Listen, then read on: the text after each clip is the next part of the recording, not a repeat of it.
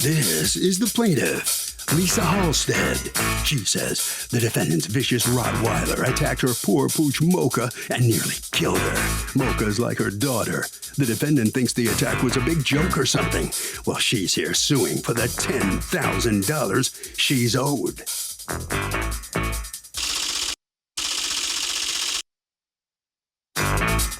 This is the defendant, Melinda Leon. She says this case is a case of mistaken dog identity because her dog is super friendly. He never got loose, and he never attacked anyone's dog.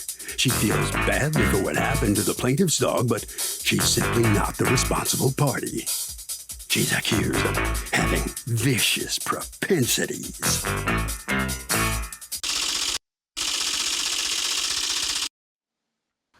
All parties, please raise your right hand.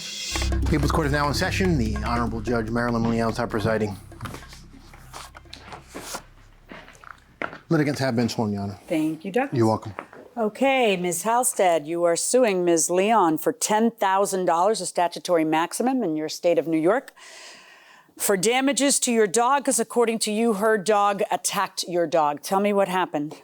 On February 5th, my sister was walking my two dogs, Mocha and Miley, and she said that she felt a presence okay, is your of sister, danger. Can I just ask you a question? Is your sister present to testify? Because you weren't there. She's next to me. Can you switch places with her? Let's start with her first. Sure. Okay. Sure.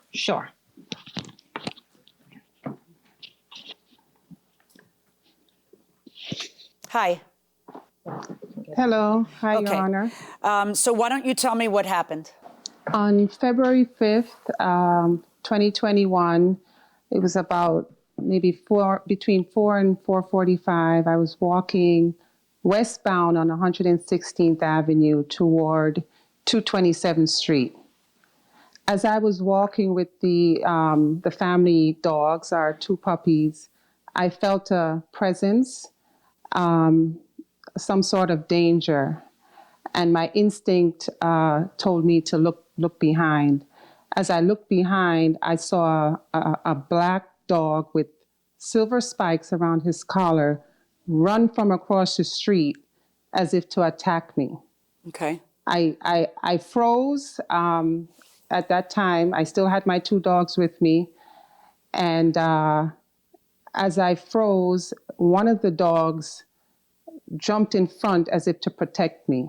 As she did that, the black dog, which had no owner with him and unleashed, attacked the dog and held the dog by his neck like a rag doll and just held on and just kept shaking the dog from left to right. I screamed, I yelled, I didn't know what to do. And at that point, I was holding the other dog to protect that dog from this black dog. As I screamed and I yelled, I did everything to release our dog out of this dog's mouth. And I did. I had success. And then? Someone, Melinda, apparently or allegedly, ran from the same direction of the dog and in a laughing manner said, "Not my dog." And she said it twice. And as she ran away, the dog followed her command and ran with her. Just a moment. What was it that the person who approached the dog said, "Not my dog"? Not my dog. And was laughing? She was laughing. She was laughing. She thought it was funny said, that your dog was eaten? Apparently. Okay. And did you say, "Stop, I need your name, who are you," or follow her or see where she walked or anything? I was so distraught. My dog was laying in blood as if she seemed to be dead. I was scared. I had my cell phone. I called my family right away. Is Mocha your dog or your sister's dog?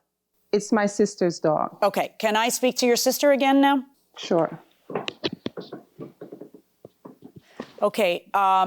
You took Mocha to the vet, correct? Yes. And according to you, there's $4,000 in hospital bills. Is that correct? Yes. Tell me what happens once you get Mocha. You know, you go to the scene and you get your dog. Tell me what happens. Okay, so my sister called and all I could hear was Mocha's dead, Mocha's dead. I didn't know what she was saying. I jumped into my car. I saw her standing there crying and my dog was lying in blood and mud. We only saw 4 wounds, like open cuts. And so I said, maybe it's not as bad as I thought it was. So we wrapped her up and she just would not stop crying. She would not stop shaking. When I brought her in, the vet said if I had not brought her in, she would have died. Because of the way she was shaking and they were able to touch her, they said they could feel the internal damage. So most of the damage was internal. She had to have emergency surgery. Okay.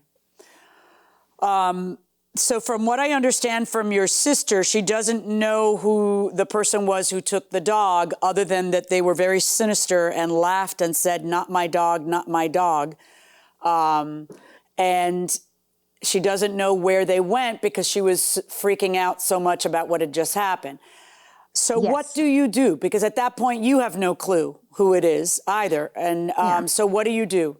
So I created flyers and decided to offer $1,000 reward. And we literally went door to door in the neighborhood asking people if they saw this dog, if they knew who the dog was. Finally, I did get somebody who called and said, I know who the dog is. I know where the dog lives. Okay, when And you so say the we dog, your flyer said what? Let's see what your flyer said. My dog was attacked on Friday by an unleashed large black dog with a collar that had silver spikes at 116 and 227. The reward will be given to anyone who has any information on the identity of the owner of this dog. Did anybody claim the $1,000 reward? Yes. What did the person do? Point to the defendant walking a big black dog in that area? No. The person gave me a name and said, I think the dog lives in that house. So actually her neighbor told us that the people in that house have a black Rottweiler. So the same person who told me who the dog owner was called me and said, another day and said, she's walking the dog right now. Okay. And so I was actually at the vet with Mocha. So my sister, Stephanie, and her daughter drove over to her house and waited to take a picture of her walking the dog that she said was not my dog. Well, you have a picture of someone walking a black dog. Is that you, Ms. Leon? Yes, it looks like, yes, it is. It is you. And is that your dog? Yes, it is. So, was it your dog? No, it wasn't. How do you know? Because my dog is a puppy and he's only 1 year old and he's super friendly and he doesn't even have a spike collar and he's never outside the gate alone. Has your dog ever gotten loose in the neighborhood? No. Do you have any evidence, Ms. Halstead, that Ms. Leon's dog has gotten loose in the neighborhood? And I'm not talking about people saying they saw a black dog. I'm talking about citations against Ms. Leon for having a loose dog. No. Do you have any testimony to provide to me today from any witness who has actually knows that a loose dog came from her house? Like, you want to keep anonymous the person who turned her in, but yeah. Do you know anybody else who's going to be testifying that, oh, her dog gets out all the time, that lady's dog gets out all the time? You don't have any such evidence, correct? No, but I do have my sister who identifies Melinda as the girl who ran up and said, not my Because dog. I was waiting for that, and what your sister said is allegedly, apparently, that's what your sister said. She didn't say that's the lady who came up, but let's hear what your sister has to say. Put your sister back on and let me hear what she has to say. Yeah. What was your name again? I'm sorry. Stephanie Halstead. Okay, Ms. Halstead, are you identifying positively Ms. Leon as the person who came out there and talked to you that day and made, sinisterly said, not my dog, and laughed? Yes.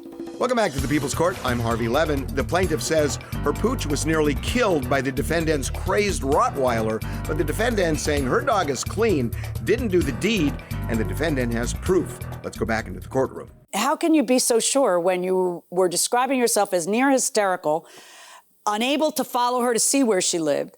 How is it that you are able to, from one moment, identify her? it was a few seconds that I was able to see her run from across the street where her dog came. And I saw her in that split second say, "Not my dog," and then she ran. The reason why I couldn't run was Mocha was on the I don't even need to go over that again. Of course you couldn't run. You had other things that you were worried about. It was very traumatic. I've been in your shoes. I watched a dog, my neighbor's dog, kill my cat like a rag doll. I know how traumatic it is. I've got to decide something here. And what I've got to decide is if you guys have the right dog. You know, someone says there's a big black dog here and they get $1,000 and that's it. That's the evidence that it's this dog.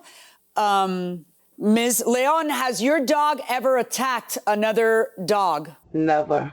Has your dog ever attacked a person? Never. Do you have any, let me speak to the other Ms. Halstead. Do you have, in any of the pictures or evidence that you've been able to take since somebody said, hey, she has a big black dog, have you ever witnessed the dog with a collar with spikes?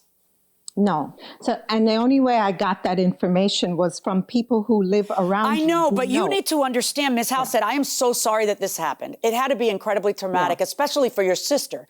Mm-hmm. I know. Mm-hmm. And you're out a lot of money. I know that. And you've given me 50 pictures, and you've proven beyond the shadow of a doubt that your dog was attacked by a black dog. The thing where you're thin as can be is that that's the dog that did it.